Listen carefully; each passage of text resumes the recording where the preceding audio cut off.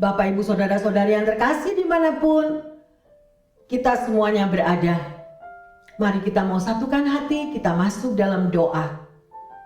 Bapa dalam surga, kami mengucap syukur. Kami mengakui ya Tuhan, bahwa tidak ada yang seperti Engkau. Terlebih apabila roh-Mu yang dahsyat itu ada di dalam setiap kehidupan kami. Engkau adalah Bapa yang maha baik. Kami bersyukur Tuhan untuk semua akan kebaikan-Mu, urapan-Mu yang Engkau berikan kepada setiap kami setiap hari, terlebih di saat kami bersekutu dengan Engkau. Jaminan kemenangan demi kemenangan yang akan terjadi.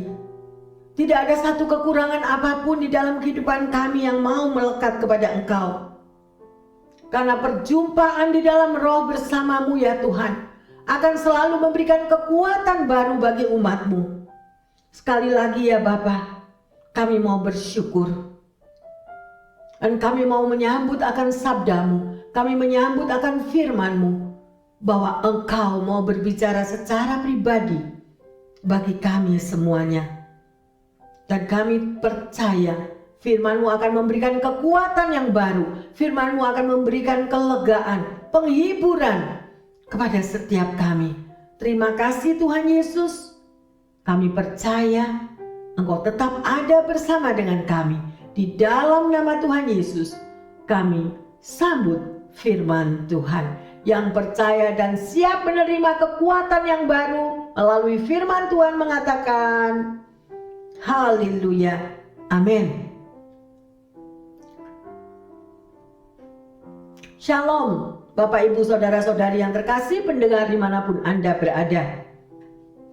Kita akan belajar pada hari ini bersama-sama Roh Kudus yang sudah diberikan, dan kita mau lebih mengerti apa arti Pentakosta. Ada amin? Ya. Di sini kita belajar, ini adalah hari yang ke-50 setelah Tuhan disalibkan, mati, bangkit, dan naik ke surga. Ya, Pentakosta adalah hari yang sangat penting, baik dalam perjanjian lama maupun juga di dalam perjanjian yang baru. Ya, Pentakosta sebenarnya adalah satu perkataan, merupakan kata Yunani yang merujuk pada sebuah festival yang dikenal di dalam perjanjian lama sebagai hari raya 7 minggu. Ya, saudara bisa baca di dalam perjanjian lama, di dalam kitab Imamat ada, dan di dalam kitab Ulangan juga ada. Ya, kata Pentakosta secara harafiah ya berarti 50 yang merujuk kepada 50 hari setelah berlalu sejak persembahan Paskah. Ya, hari raya 7 minggu di mana umat Tuhan merayakan berakhirnya panen gandum. Ya, mari kita baca bersama-sama di dalam Kisah Para Rasul 1 ayat yang keempat dan yang kelima. Pada suatu hari ketika ia makan bersama-sama dengan mereka, ia melarang mereka meninggalkan Yerusalem dan menyuruh mereka tinggal di situ, menantikan janji Bapa, yang demikian katanya, telah kamu dengar daripadaku, sebab Yohanes membaptis dengan air, tetapi tidak lama lagi kamu akan dibaptis dengan Roh Kudus. Haleluya. Ya, apa arti dari ayat ini yang terkasih? Ini adalah suatu pesan bagi murid Yesus pada waktu itu dan juga bagi Anda dan saya saat ini. Ya, ada beberapa hal yang kita pelajari, yaitu tentang pesan Pentakosta. Yang pertama, tetap tinggal di Yerusalem. Ya, ketika Tuhan ada bersama dengan para murid-muridnya, Dia memberi satu perintah yang melarang mereka meninggalkan Yerusalem. Apa maksud daripada Tuhan ini? Ya, yaitu untuk menantikan janji Bapa. Ya, Tuhan sedang menguji murid-muridnya. Bagaimana sikap respon mereka pada waktu Tuhan melarang mereka untuk pergi. Dia sudah ada di surga. Dia ingin menguji menguji ketaatan daripada para muridnya. Ya, demikian juga apa yang akan murid-murid itu lakukan. Bagaimana dengan Anda dan saya?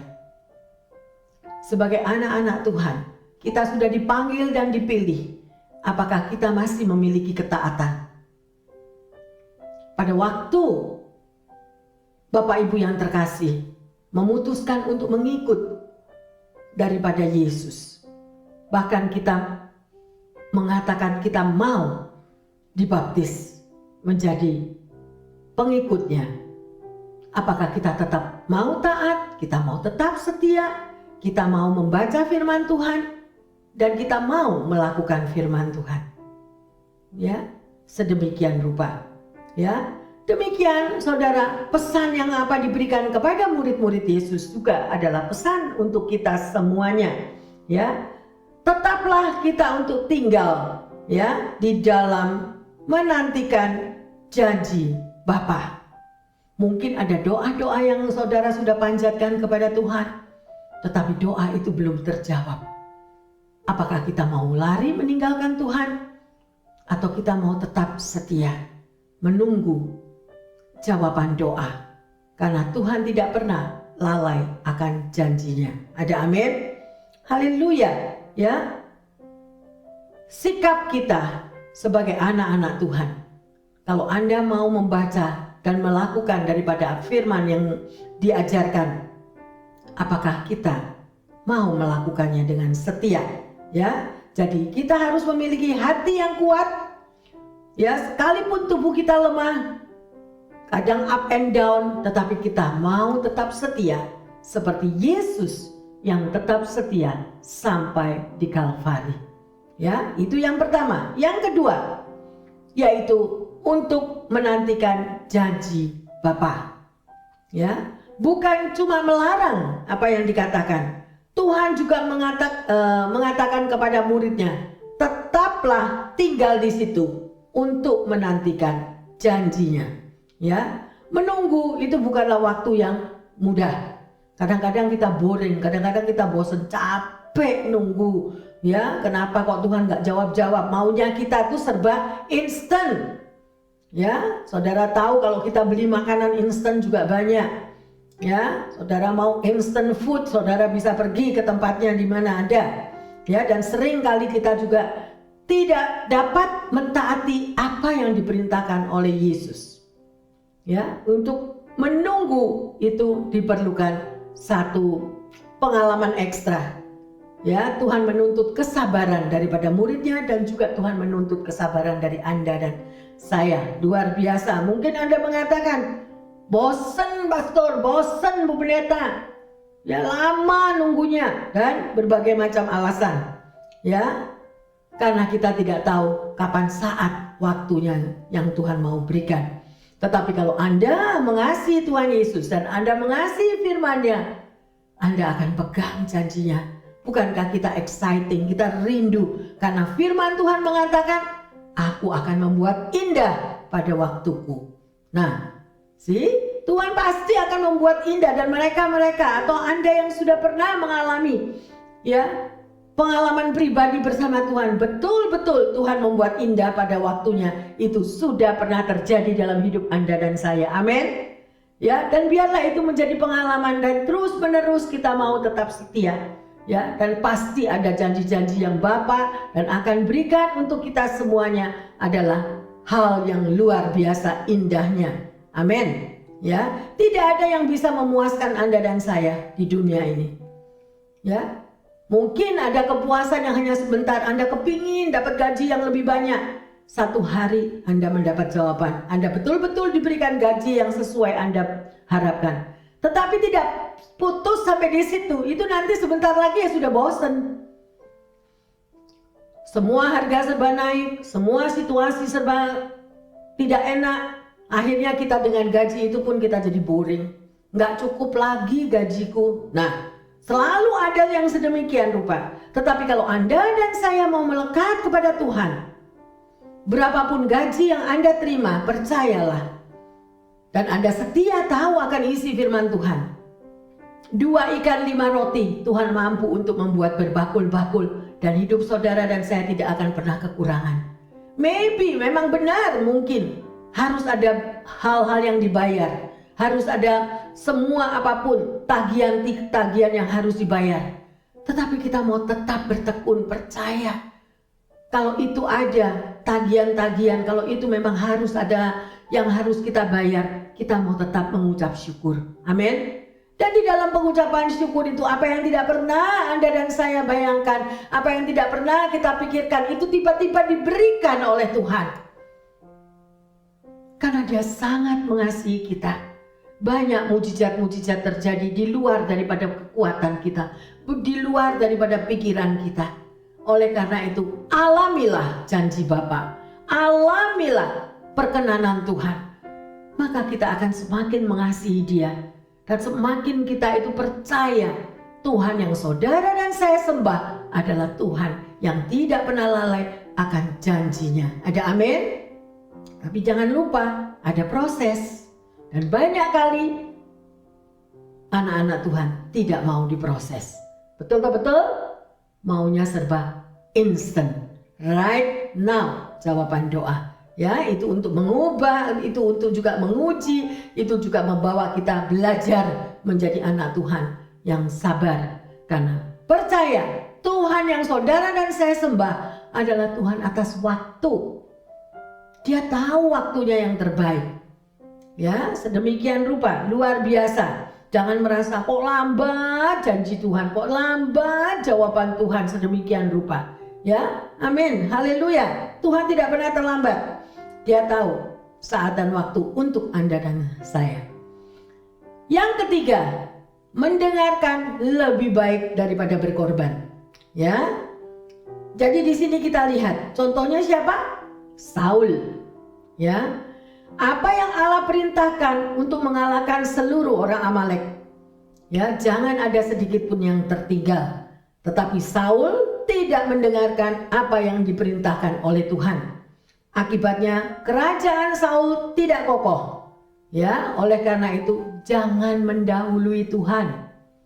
Berapa banyak anak-anak Tuhan sudah jadi Tuhan atas dirinya sendiri. Mauku right now.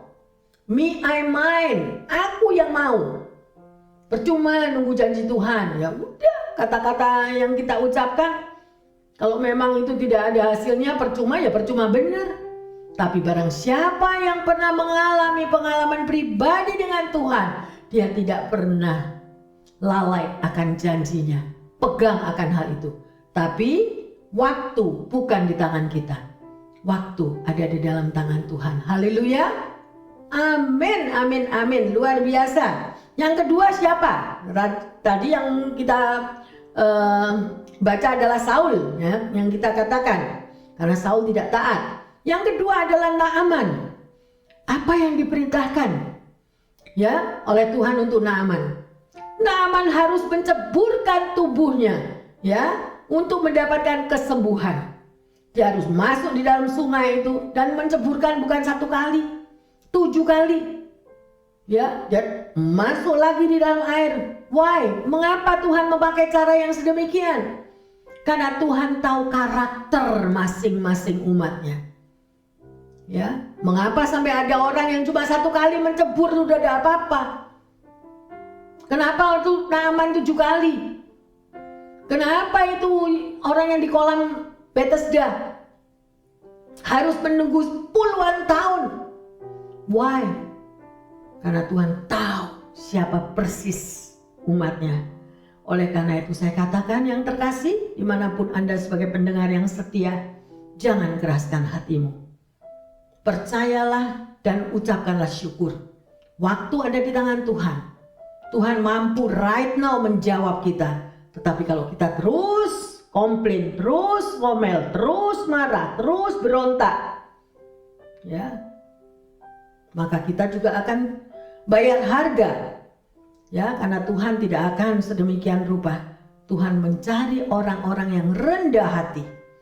Ya, maka dia akan menunjukkan kasihnya yang luar biasa. Ya, Naaman mau taat, dia tidak berontak.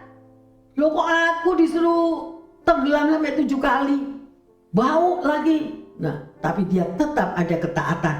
Dan akhirnya dia menerima berkat yang luar biasa dan Naaman akhirnya menjadi sembuh. Ya, sedemikian rupa. Yang keempat, tetaplah di dalam kesatuan. Nah, ini loh yang penting. Tetaplah di dalam kesatuan. Ya, tadi kita sudah baca di dalam Kisah 1 ayat yang keempat. Ya, mereka tetap disuruh tinggal di situ. Tuhan menyuruh mereka. Mereka bukan berarti untuk satu orang. Mereka itu lebih daripada satu orang. Ada amin? Ya, karena kita ya, saudara punya anak 5 beda karakter. Kita punya anak 2 beda karakter. Gak ada karakternya yang sama, betul? Sedemikian rupa juga Tuhan tahu siapa Anda dan saya. Ya, luar biasa. Jadi Tuhan menginginkan murid-muridnya tetap berada di dalam kesatuan. Di dalam komunitas diperlukan kerendahan hati, saling menerima kekurangan dan kelebihan. Ya, saling senantiasa menguatkan kalau ada yang lemah.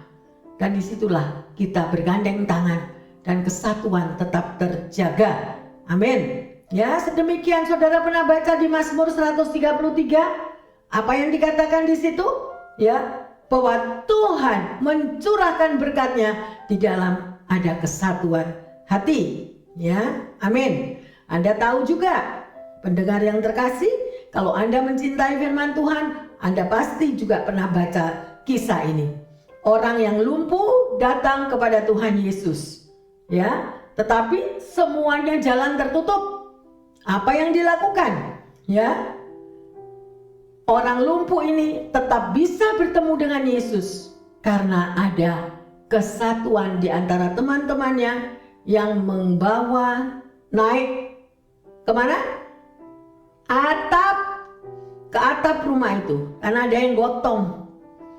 Disitulah yang terkasih, diperlukan kasih, diperlukan kesatuan hati, diperlukan memiliki kerendahan hati untuk tidak hidup untuk diri sendiri. Kalau kita selalu mungkin udah bosen kalau dengar pendeta bilang me, I, mine, bosen dengar itu. Tapi itulah yang diajarkan oleh Tuhan Yesus, di mana saudara dan saya ada kesatuan di dalam tim. Gak usah disuruh-suruh. Itu udah tahu orang itu lumpuh, berdiri gak bisa, duduk gak bisa, apa gak bisa. Dan disitulah Yesus hadir. Di mana? Di dalam hati setiap kita. Yesus hadir di dalam setiap hati kita. Saya tidak tahu apakah ada hati yang tertutup untuk sesamanya.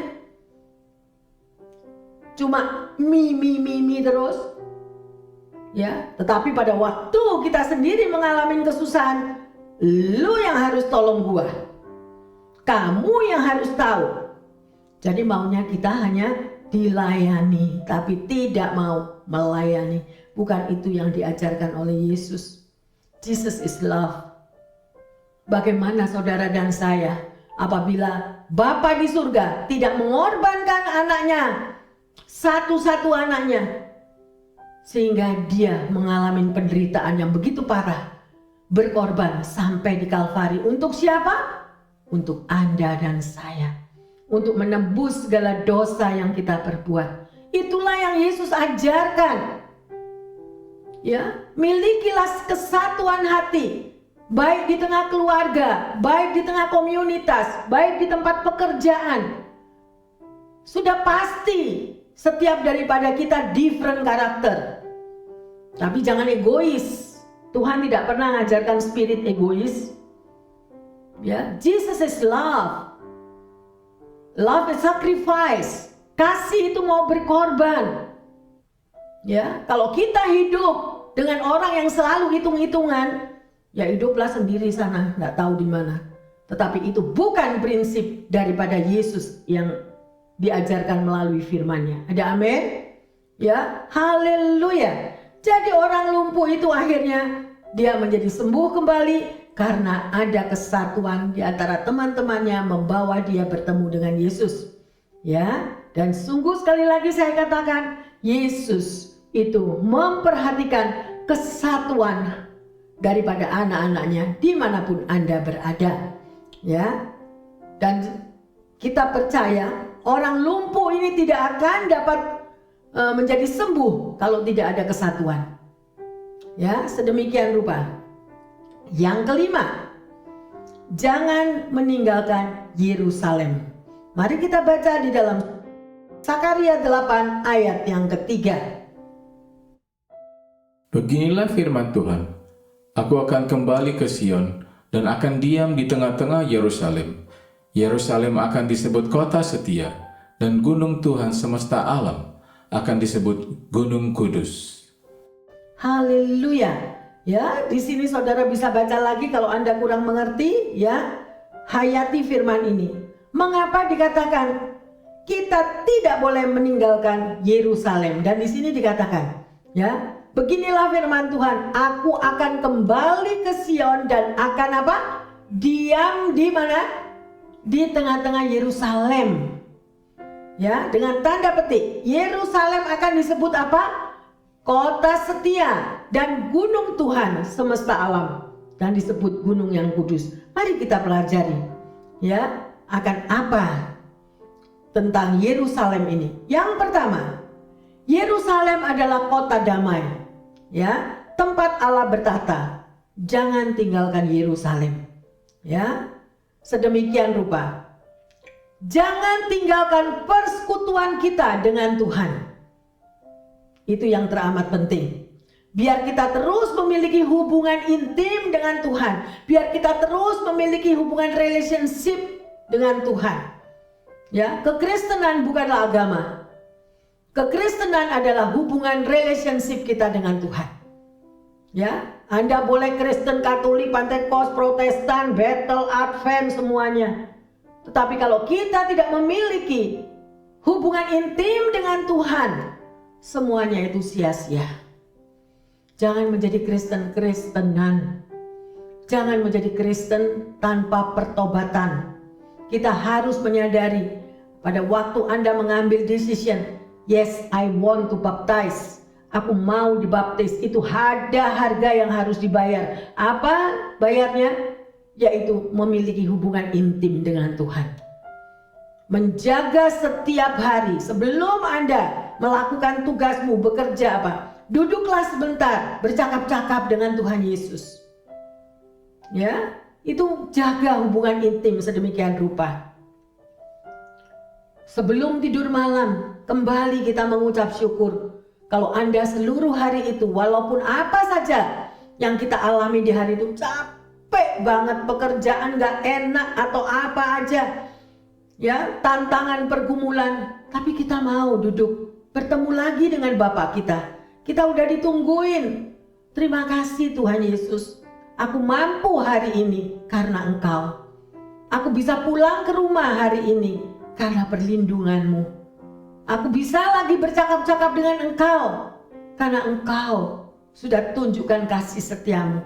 Dan aku rindu selalu mau bercakap-cakap dengan Engkau. Kalau Anda bisa membina hubungan yang intim sedemikian rupa dengan Tuhan Yesus, percayalah, Dia akan memberitahukan semua rahasia-rahasianya kepada Anda. Banyak orang Kristen yang gak tahu, cuma Kristen buka Alkitab aja gak tahu, doa aja gak tahu kapan, isi firman Tuhan gak tahu, mencari kitab Abraham dari awal Kejadian sampai Wahyu, karena gak tahu. Ya, mari yang terkasih, ya, milikilah hubungan yang begitu intim dengan Tuhan. Yang kedua, Yerusalem adalah tempat di mana kita menerima damai sejahtera. Ya, karena Yerusalem disebut kota damai. Ya, di mana Yerusalem Anda dan saya?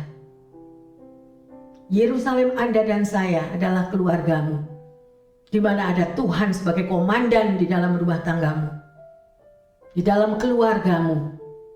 Ya, banyak orang yang tidak mengerti apa arti Yerusalem, tapi kita sudah baca di sini. Ya, sedemikian rupa. Dan yang ketiga, Yerusalem juga disebut sebagai kota yang setia. Ya, oleh karena itu artinya apa? Jangan meninggalkan kesetiaan kita dengan Tuhan. Ya, pada waktu kita pacaran, aduh rasanya 24 hour setiap hari nggak mau pisah dengan pacar kita. Nggak mau stop ngomongnya kalau lagi pacaran. Tapi kalau ngomong sama Tuhan, ngantuk lah, capek lah, segala macam. Padahal itu adalah nafas hidupmu dan nafas hidupku. Begitu buka mata, milikilah hubungan intim dengan Tuhan ke atas dahulu. Kalau engkau sudah menyenangkan Tuhan, memuji, memuliakan Tuhan, maka hubungan keluar ke kiri kanan kita kemanapun, Anda akan mengalami damai sejahtera. Amin. Tapi kalau hubungan kita ke atas itu nggak pernah ada dan tidak pernah terjadi, ya demikianlah amburadul. Kalau udah gitu yang disalahin siapa? Tuhan disalahin, doa nggak dijawab-jawab, keluarga disalahin, komunitas disalahin, padahal yang nggak beres dirinya sendiri. Dirinya sendiri itu loh, coba dicek. Ya, firman Tuhan adalah menegur untuk kita dipulihkan kembali, mengenal kedudukan kita. Apakah kita memiliki hubungan intim dengan Tuhan? Itu adalah kuncinya. Ya, sedemikian rupa. Ya, jadi jagalah kesetiaan kita dengan Tuhan. Kemudian Yerusalem juga disebut sebagai gunung yang kudus. Gunung yang kudus itu berarti janganlah hidup Anda dan saya meninggalkan kekudusan. Dimanapun Anda dan saya berada, hiduplah kudus. Ya, milikilah hubungan pribadi dengan Tuhan. Hindarilah hobi-hobi yang amburadul. Hobi nonton pornografi, hobi nonton segala TV yang gak karu-karuan. Tuhan gak akan diam dengan orang yang tidak kudus. Kuduskanlah hatimu, kuduskanlah pikiranmu, kuduskanlah kata-katamu. Ya, jangan menjadi pemberontak. Merasa menang kalau kita bisa berontak. Merasa menang kalau kita bisa maki-maki orang. Merasa menang kalau bisa jadi jagoan. Tapi di mata Tuhan itu kosong. Tidak ada artinya. Siapa yang bisa menilai Anda dan saya? Tuhan yang pertama. Orang lain yang kedua. Ya, oleh karena itu, mari di dalam waktu Pentakosta kita diingatkan kembali betapa Tuhan Yesus hanya mau tinggal di Yerusalem yang benar, ya. Dan ini adalah pesan Tuhan bagi kita semua, ya. Jangan tinggalkan Yerusalem. Rencana Tuhan luar biasa bagi hidup Anda dan saya. Bapak, Ibu, saudara-saudari yang terkasih, kita percaya dan kita tahu kuasa Roh Kudus yang ada di dalam hidup kita perlu dibangun hari demi hari. Ya, harus ada hubungan intim sekali lagi hari demi hari. Melalui doa, melalui pujian, melalui pengucapan syukur, kita keluarkan isi hati kita, boleh bercakap-cakap dengan Tuhan Yesus. Amin. Luar biasa. Hidup saudara dan saya itu seperti kayu bakar. Ya, jadi kita dibakar terus, ya, di hadapan Tuhan dengan apa? Pengurapan daripada Roh Kudus. Ya, sedemikian rupa supaya hidup Anda dan saya mengalami apinya setiap hari dan berjalan senantiasa bersama dengan kuasa Tuhan. Mengapa kita menjadi orang Kristen kalau kita tidak punya kuasa? Ya, dan kuasa itu sudah diberikan melalui Roh Kudus, dicurahkan, ya, di dalam hidup saudara dan saya. Ya, sekali lagi, milikilah hubungan pribadi dengan Roh Kudus. Ya, supaya roh kedagingan kita itu dikikis.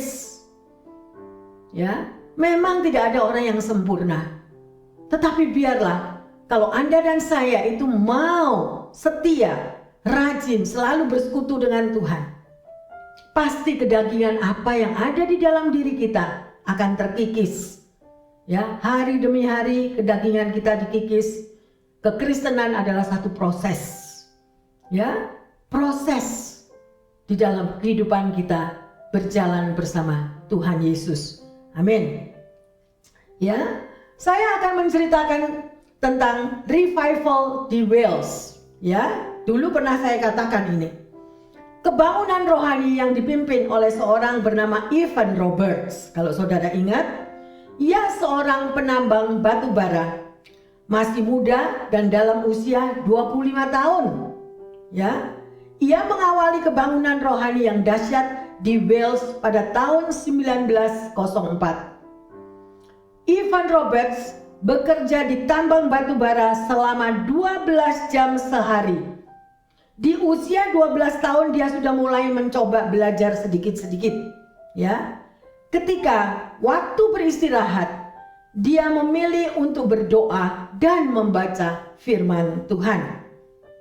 Dan selama 13 tahun, Evan Roberts melakukan hal itu. Sampai pada tahun 1904, Tuhan mendatangkan urapan kepada Evan sehingga terjadi kegerakan Wales. See? Bapak, Ibu, Saudara-saudari yang terkasih, ada satu proses untuk Anda dan saya mengalami satu perjumpaan pribadi dengan Tuhan. Ya, tapi kita maunya apa? Kedagingan kita instan. Jawaban doa langsung. Apa aja maunya langsung. Tidak, yang terkasih. Semua melalui proses. Anda harus mempunyai api di dalam dirimu. Kita harus punya kerinduan, rindu. Karena perjumpaan dengan Tuhan pasti, saya katakan dengan tanda petik, pasti perjumpaan dengan Tuhan itu mengubah hidupmu dan hidupku. Dan orang yang sudah pernah berjumpa dengan Tuhan, dia tidak akan mau meninggalkannya lagi. Ya, oleh karena itu harus dikikis terus, api itu harus berkobar terus. Tiap hari rindu seperti orang. Anda pernah kelaparan enggak? Misalnya Anda kepingin makan, Anda lapar. Nah, demikianlah lapar rohani, supaya Anda diurapi. Di dalam pengurapan itulah Anda akan berjumpa dengan Dia, berjumpa dengan muka dengan Tuhan. Dan ada sesuatu yang dahsyat. Dan disitulah Anda bisa menyaksikan kebesaran kuasa Tuhan. Ya, dan di situ Anda bisa mendengar suaranya. Dia akan membukakan rahasia-rahasianya untuk Anda dan saya. Lah kalau kita maunya berjalan mendahului Tuhan, Tuhannya ditinggal. Lama nungguin Tuhan, gak Tuhan-Tuhanan. Karepmu, sukamu. Itu yang berbicara siapa? Daging kita. Tapi kalau kita dengan rendah hati, Tuhan, sampai kapanpun aku tetap setia menunggu jawaban doa. Terima kasih, Engkau pasti menjawab doaku. Dan hal itu pasti akan digenapi. Why? Alami. Hanya orang yang sudah mengalami bisa menjadi saksi Tuhan. Bisa bercerita kepada Anda. Dan disitulah Tuhan mau Anda dan saya mengalami, supaya Anda juga akan menceritakan kepada orang lain pengalaman Anda. Anda dibebaskan untuk membebaskan orang lain. Anda disembuhkan untuk menyembuhkan orang lain. Ya, saudara ingatlah yang terkasih, hidup di dunia ini cuma sementara. Jangan cuma me, I, mine. Jangan cuma aku. Aku bangga kalau bisa mengalahkan orang lain. Aku bangga kalau bisa menghancurkan orang lain. Itu bukan dari Tuhan. Firman Tuhan mengatakan apa? Kalau engkau ditampar pipi kirimu, berikan pipi kananmu. Sakit enggak? Sakit. Ini loh, daging kalau diproses itu diperes seperti lemon. Sakit.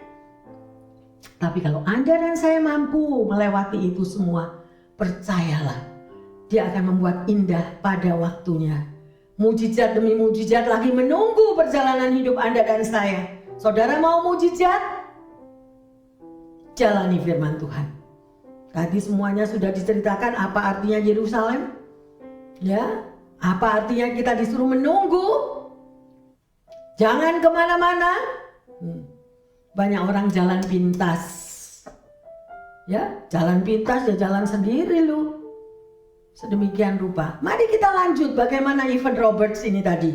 Ya. Dia sampai bertemuan dengan Tuhan itu menjadi kerinduannya dan mampu membuat satu pergerakan yang luar biasa, ya, di Wales.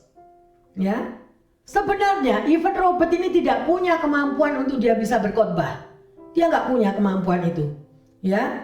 Tapi satu-satunya buku yang dia punya adalah Alkitab. Ya, dia begitu rindu untuk membaca dan membaca terus.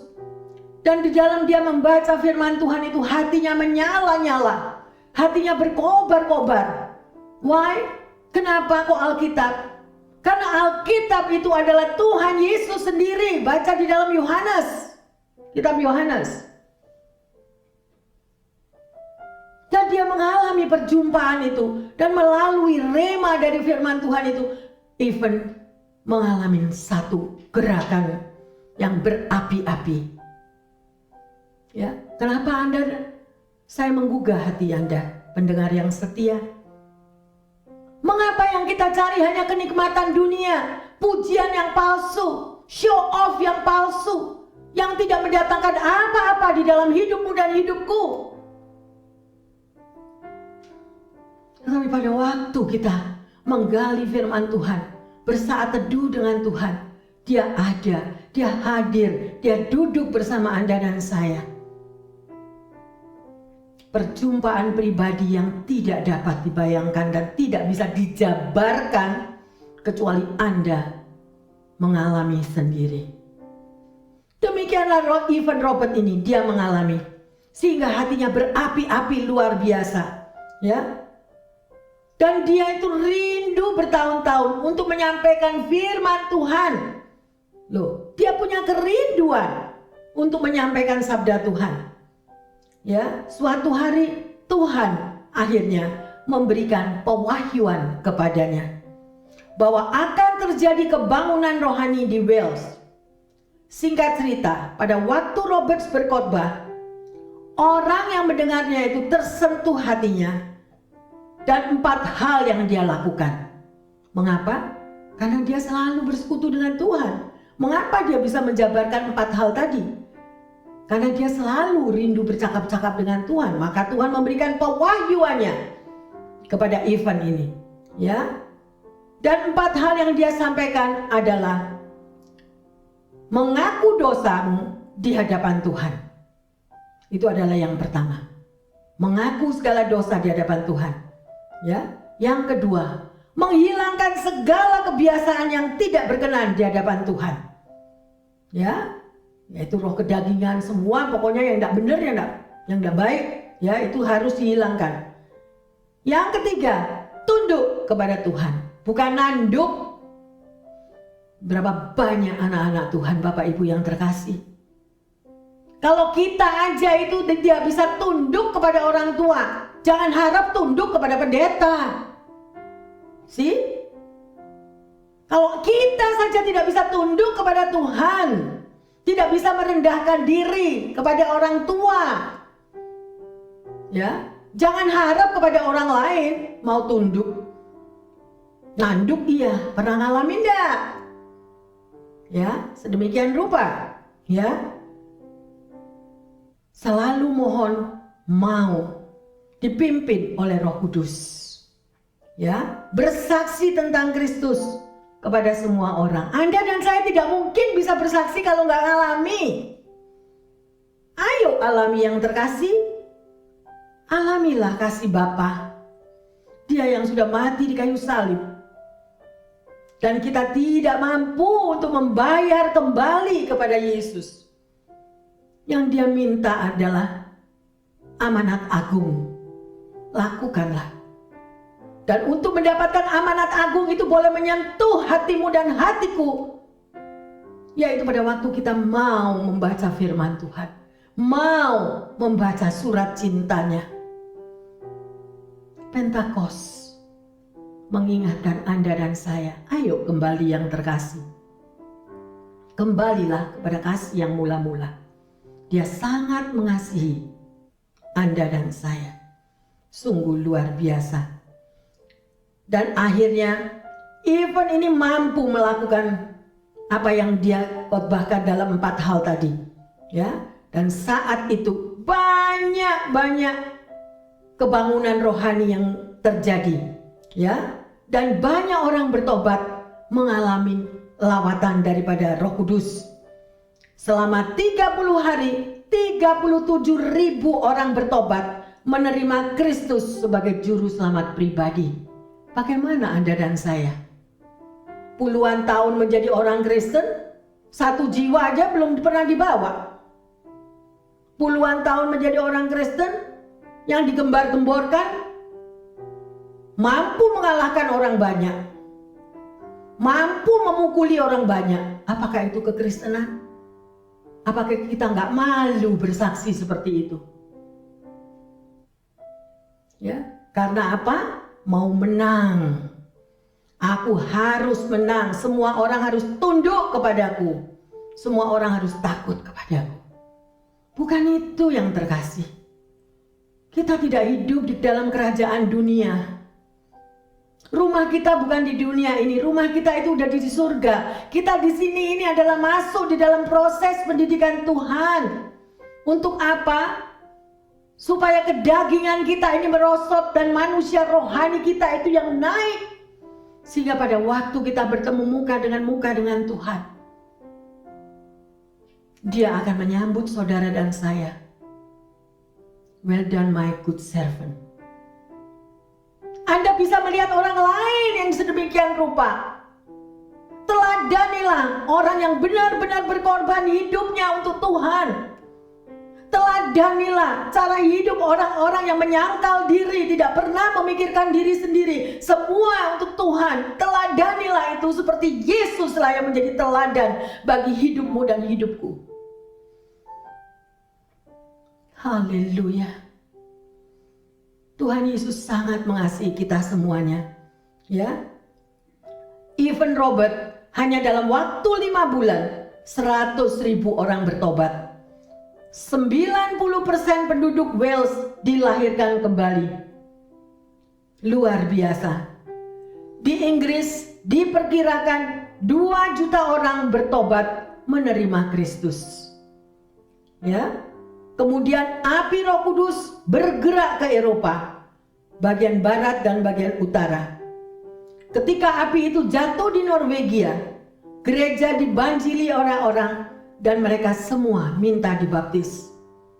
Api kebangunan terus berlanjut dan melanda Afrika, melanda India, melanda Cina, Korea, dan Amerika. Ahli sejarah memperkirakan ada 20 juta orang mengalami dampak dari kebangunan rohani di Wales. Ketika kebangunan itu melanda di Inggris, ternyata Evan Robert adalah orang yang suka berdoa. Ya, ia seorang manusia biasa, sama seperti Anda dan saya.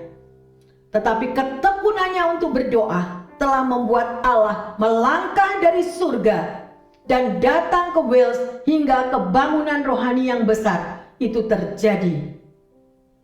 Dibutuhkan komitmen yang kuat. Tidak banyak orang yang sanggup melakukannya. Ya, karena banyak yang memilih prioritas mengalami kenikmatan daging. Nikmatnya daging lebih puas daripada mau bersekutu dengan Tuhan. Dan semoga pesan Pentakosta saat ini menggugah hatimu dan mempertajam kerinduan kita kepada Tuhan Yesus. Karena sedikit waktu lagi kita tidak tahu bahwa perjumpaan kita dengan Tuhan itu pasti ada. Pasti penghakiman Tuhan pasti ada. Selagi ada waktu, bertobatlah. Ayo. Biarlah firman Tuhan yang disampaikan saat ini bukan main-main lagi, tetapi benar-benar menggugah bagi setiap pendengar yang terkasih, Bapak Ibu yang terkasih dimanapun Anda berada. It's the time for we come back to Him. Sudah waktunya. Jangan menjadi Kristen duniawi terus. Jangan jadi Kristen korak, sorry ya. Kalau saya mau katakan demikian. Karena banyak sekali yang dikatakan oleh firman Tuhan mengatakan, umatku punya mata tidak bisa melihat, punya telinga tidak bisa mendengar. Why? Koreksi diri sendiri. Maukah kita merendahkan hati di tangan Tuhan? Kalau Tuhan memberikan firman seperti ini, karena Tuhan Yesus menunggu Anda dan saya. Dia mencari Anda dan saya, bukan rumahmu nak. Di bumi ini bukan rumahmu, it's enough. Mari yang terkasih, sudah waktunya kita. Mungkin Anda saat ini lagi bekerja, mati-matian untuk mencari duit, untuk membayar ya semua apa yang diperlukan untuk dibayar. It's okay. Tapi ingatlah, ora et labora. Berdoa dan bekerja. Berdoa yang pertama, libatkan Tuhan di dalam segala pekerjaanmu. Libatkan Tuhan di dalam segala apa yang kau lakukan. Libatkan Tuhan di dalam komunitasmu. Jangan komunitas dibuat hancur-hancuran hanya karena seorang pemberontak. Why? Bagaimana dengan 12 murid? Ada satu kan? Mana yang mau Anda pilih? Sebagai Yohanes atau kita sebagai Petrus? Petrus juga pernah jatuh, yang terkasih. Tapi dia balik. Dia tahu, dia pernah menyangkali Yesus. Karena kita manusia gak sempurna. Firman Tuhan bukan untuk menghakimi. Firman Tuhan hanya untuk mengingatkan saudara dan saya. Betapa tangan yang berlubang paku itu. Betapa pecut yang jatuh di seluruh tubuh Yesus itu. Apakah tidak ada artinya bagi Anda dan saya? Teladanilah Yesus Kristus. Pilihlah Yesus Kristus apabila engkau masih mendengarkan firman Tuhan saat ini. Karena dia sangat mengasihi Anda dan saya. Tidak ada kasih yang di dunia ini melebihi daripada kasih Kristus. Haleluya. Sedemikian rupa Evan Roberts akhirnya dipakai oleh Tuhan luar biasa. Karena dia mencari, dia haus, dia tidak bisa menyampaikan firman Tuhan. Tapi dia terus menggali. Ada hubungan intim dengan Tuhan Yesus melalui firman-Nya. Ayo, apakah selama ini yang Anda baca hanya YouTube? Apakah yang selama ini yang Anda dengar hanya Facebook? Glamor akan dunia, dihargai oleh orang dunia. Wah, hebat kamu ya. Seluruh dunia boleh mencaci kita, asal Tuhan Yesus menyambut kita. Jangan Tuhan Yesus menolak kita hanya karena kita dipuja oleh dunia yang penuh dengan kepalsuan. Firman Tuhan hanya mengingatkan hidupmu dan hidupku. Ayo yang terkasih, it's your time. Mari, kalau Evan Robert bisa melakukan hal itu, saya percaya pendengar yang setia di saat ini, engkau mendengar akan firman Tuhan ini, di pesan Pentakosta ini, Tuhan juga memilih setiap Anda. Datanglah kepadaku, hai engkau yang letih lesu dan yang berbeban berat. Tuhan tahu kalau kita capek, Tuhan tahu kalau kita boring, bosan. Tapi percayalah, He is alive. Yesus yang saudara dan saya sembah adalah Yesus yang hidup.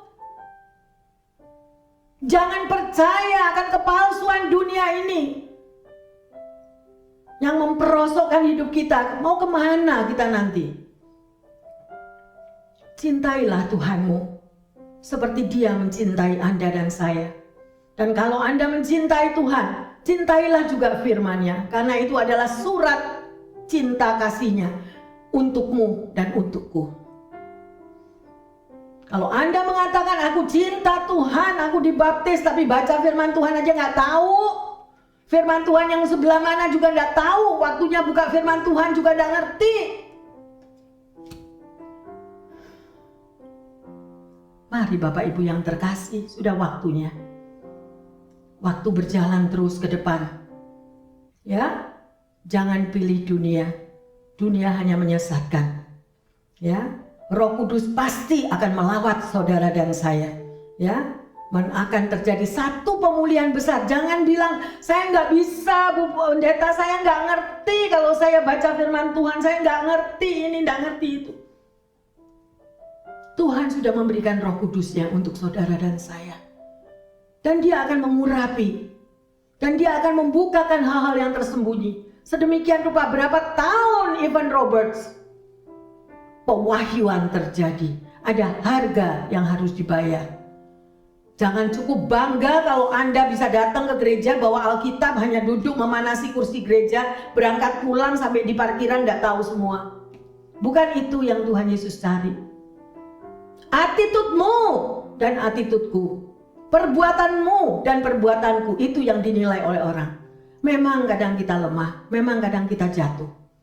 Tapi ayo tetap berpaut kepada kasih Kristus. Ada amin?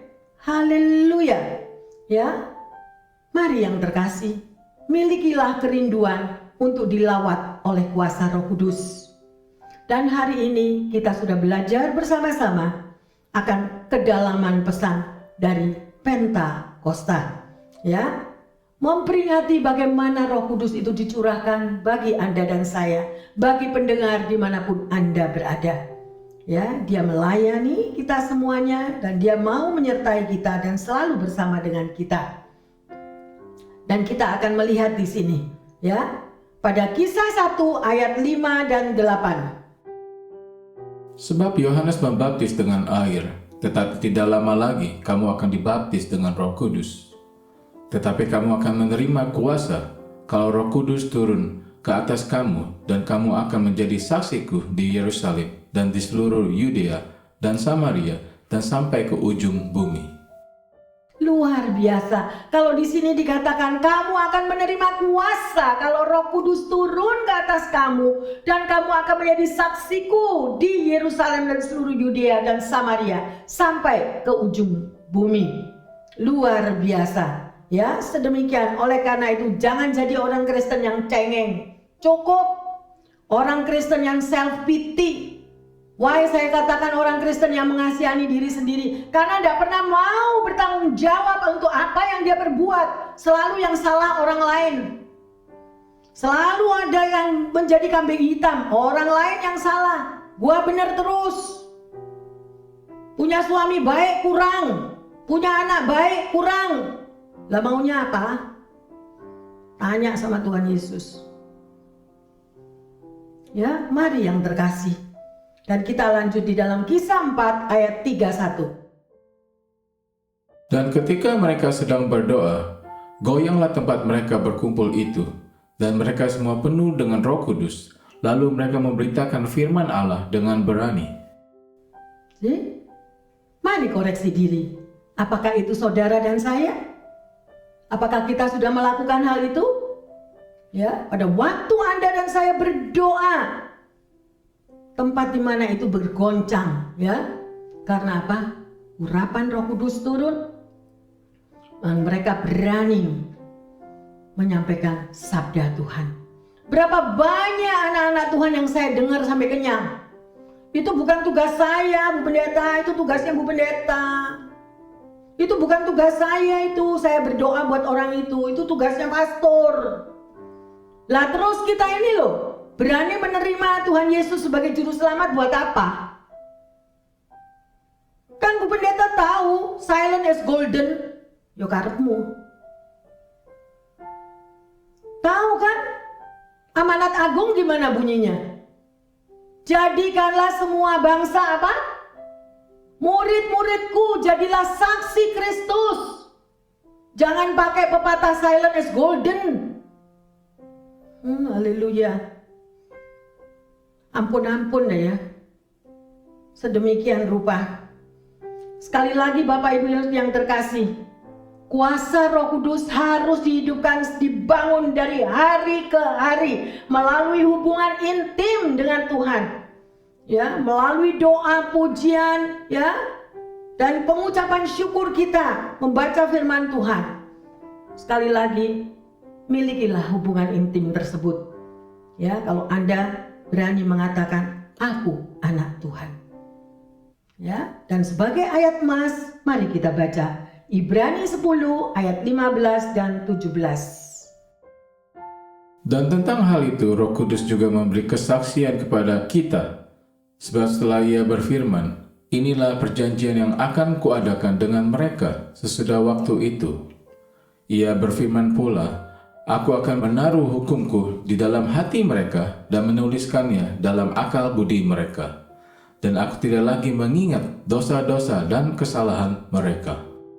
Luar biasa firman ini. Meteraikanlah di dalam hatimu yang terkasih. Kalau kita tidak tahu akan firman Tuhan, kita tidak pernah membaca firman Tuhan, maka kita ini jadi Kristen on. Padahal Tuhan sudah memberikan kuasa di dalam firman-Nya itu untuk saudara dan saya. Ya, sungguh luar biasa. Pertanyaannya, bagaimana setelah Anda mendengarkan khotbah ini? Bagaimana setelah Anda mendengarkan pesan Pentakosta ini? Ya, hari ini kita belajar arti kedalaman ya daripada pesan Pentakosta dan pencurahan Roh Kudus. Saudara dan saya tidak pernah berjalan sendiri, ya. Mari yang terkasih, adakah kerinduan di dalam hatimu dan hatiku untuk kita dilawat oleh Roh Kudus? Kita sudah belajar hari ini apa arti yang sesungguhnya, dan mari bangunlah api yang ada di dalam hati setiap kita kalau engkau dan saya memiliki hubungan intim dengan Tuhan. Maka api Roh Kudus pasti berkobar-kobar di dalam hidupmu dan hidupku. Dan bersama-sama dengan kami di sini, bukalah hatimu, kita akan memuji menyembah. Roh Tuhan itu hidup dalam diri Anda dan saya. Haleluya.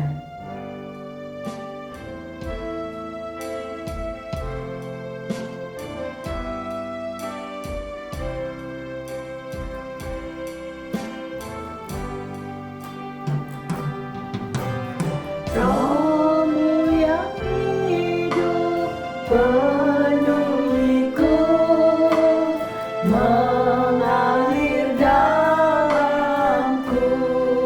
Amin.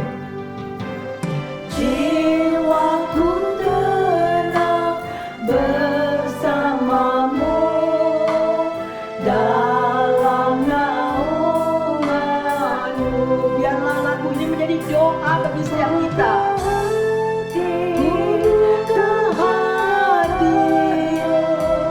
Berserah penuh di hadirat-Mu, Kau ambil alih seluruh hidupku di altar-Mu, menyembah-Mu. Roh Kudus urapi setiap kami, urapi pendengar dimanapun mereka berada. Roh-Mu yang kudus, pulihkanku, Engkaulah damaiku. Amin. Ku hidup oleh anugerah-Mu yang menyertaiku. Haleluya. Kami mau membuka hati ya Bapa. Kami rindu akan jamahan-Mu. Kami mau berserah penuh Tuhan di hadirat-Mu. Karena di luar Engkau kami tidak mampu berbuat apa-apa ya Roh Kudus. Ambil alih Bapa, ambil alih seluruh hidup daripada Bapak Ibu pendengar yang setia dimanapun mereka berada. Ambil alih ya Bapa. Terima kasih Tuhan Yesus. Untuk jemahan-Mu berserah penuh di hadirat-Mu, Kau ambil alih seluruh hidupku di altar-Mu, menyembah-Mu. Roh terkasih, Tuhan Yesus sangat mengasihi kita semuanya. Dimanapun Anda berada, mungkin saat ini Anda lagi mengalami goncangan yang berat. Mungkin saat ini Anda mengalami depresi, mengalami berbagai tekanan di dalam hidupmu. Mungkin ada yang sakit, mungkin ada yang tidak memiliki pekerjaan. Tetapi percayalah, milikilah hubungan intim dengan Tuhan Yesus. Bacalah akan firman-Nya, karena semuanya itu akan mengubahkan hidup daripada umatnya. Percayalah, karena Yesus yang saudara sembah adalah Yesus yang hidup. Dan Dia mendengar tangisanmu, Dia mendengar doamu. Selalu ada jalan keluar bagi setiap masalah kita. Terima kasih Tuhan. Untuk jamahanmu berserah penuh di hadiratmu, Kau ambil alih seluruh hidupku, di altarmu menyembahmu. Terima kasih Bapa, terima kasih Tuhan untuk jamahanmu. Rasakan yang terkasih, rasakan Bapak Ibu dimanapun Anda berada. Bukalah hatimu, terimalah jamahannya, berserahlah kepadanya. Pasti sesuatu yang dahsyat terjadi, karena Dia mengasihi Anda dan saya. Terima kasih Tuhan, terima kasih. Kami mau buka hati kami Tuhan. Untuk jamahanmu berserah penuh di hadiratmu, Kau ambil alih seluruh hidupku, di altarmu menyembahmu. Kami mau menyembah ya Tuhan. Kami mau mengutamakan Engkau ya Bapa. Terima kasih Bapa. Yes Lord. Terima kasih Tuhan. Terima kasih Roh Kudus. Terima kasih untuk teguran firman-Mu. Terima kasih Bapa. Engkau menegur kami karena Engkau mengasihi kami. Engkau menempelak kami dengan firman-Mu supaya kami boleh merendahkan hati kami dan datang kepadamu. Kami percaya Tuhan, karena Engkau sudah memberikan Roh Kudus-Mu untuk memenuhi hidup setiap kami Tuhan. Kami tidak mampu Tuhan berjalan di luar Engkau. Kami tidak mampu Tuhan, kami berjalan menghadapi tantangan hidup dari hari ke hari. Kami perlu Engkau Bapa.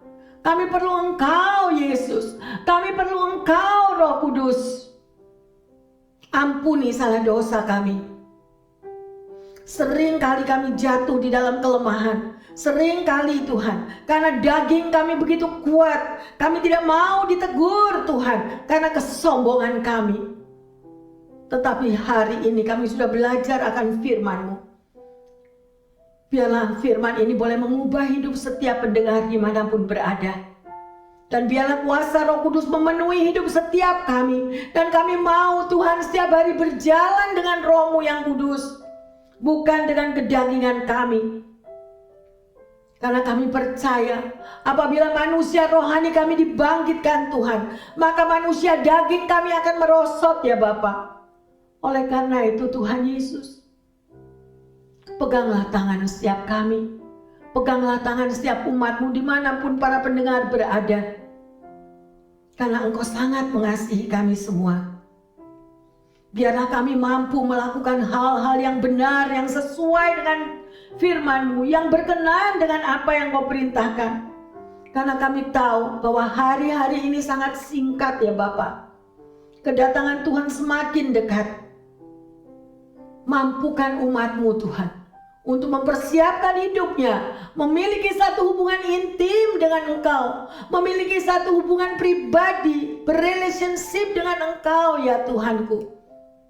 Terima kasih Bapa.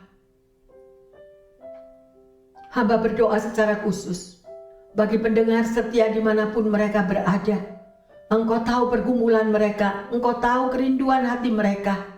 Mungkin saat ini mereka membutuhkan Tuhan jawaban doa yang sudah lama mereka panjatkan tetapi belum terjadi ya Bapa. Tetapi kami percaya di dalam pengucapan syukur kami Tuhan, itu memberikan jalan pintas Bapa untuk jawaban doa, untuk mujizat akan terjadi. Kuatkan umat-Mu Tuhan, kuatkan kami semuanya. Yang letih lesu dan yang beban berat, mungkin ada yang sakit juga Tuhan. Kami percaya bahwa darah Yesus yang sudah tercurah di kayu salib itu boleh menjamah setiap pribadi lepas pribadi. Yang sakit boleh disembuhkan, boleh dikuatkan, boleh dihiburkan Tuhan. Dan kami tahu bagi Tuhan tidak ada yang mustahil. Engkau datang untuk mencari kami yang berdosa. Engkau datang Tuhan untuk mencari kami yang letih lesu dan yang beban berat. Engkau datang Tuhan untuk mencari kami kaum papa ya Tuhan. Buka jalan bagi mereka yang mengalami kesulitan ekonomi. Tuhan, Engkau pendengar yang setia. Engkau adalah Jehovah Jireh. Engkau mampu mengadakan dari yang tidak ada menjadi ada. Pengalaman demi pengalaman terjadi Tuhan, bahwa Engkau selalu mendengar doa orang-orang yang berseru-seru kepadamu. Terima kasih Bapa dalam surga. Kami bersyukur dan bersyukur karena Engkaulah juru selamat kami. Oleh karena itu Bapa, biarlah kuasa Roh Kudus boleh mengurapi setiap umat-Mu dimanapun berada. Penuhi hidup setiap kami Tuhan. Dan kami percaya apabila Roh Kudus ada di dalam setiap pendengar, ada di dalam setiap hidup kami, maka terobosan demi terobosan akan Kau nyatakan Tuhan. Terima kasih. Karena Engkau adalah Tuhan Yesus yang hidup, yang mendengar segala jeritan tangisan umat-Mu. Yang Engkau melihat Tuhan pergumulan setiap anak-anak-Mu. Terima kasih Tuhan untuk firman yang sudah Kau berikan. Meteraikan setiap firman ini di dalam hati setiap pendengar dimanapun berada. Terima kasih Bapa. Dan jadikanlah Tuhan, melalui pesan Pentakosta ini Tuhan, umat-Mu boleh disegarkan kembali. Umat-Mu boleh Tuhan dikuatkan kembali dan mampu menjadi pelaku-pelaku firman. Terima kasih Bapa, di dalam nama Tuhan Yesus hamba berdoa dan mengucap syukur. Haleluya. Amin. Bapak, Ibu, Saudara-saudari yang terkasih dimanapun Anda berada, selamat merayakan Hari Pentakosta. Dan biarlah kuasa Roh Kudus menjamah Anda dimanapun berada. Dan saya percaya hidup kita semuanya diubahkan melalui kuasa Pentakosta. Di dalam nama Tuhan Yesus kami berdoa dan mengucap syukur. Haleluya. Yang percaya dan sudah menerima kekuatan yang baru mengatakan amin. Amin.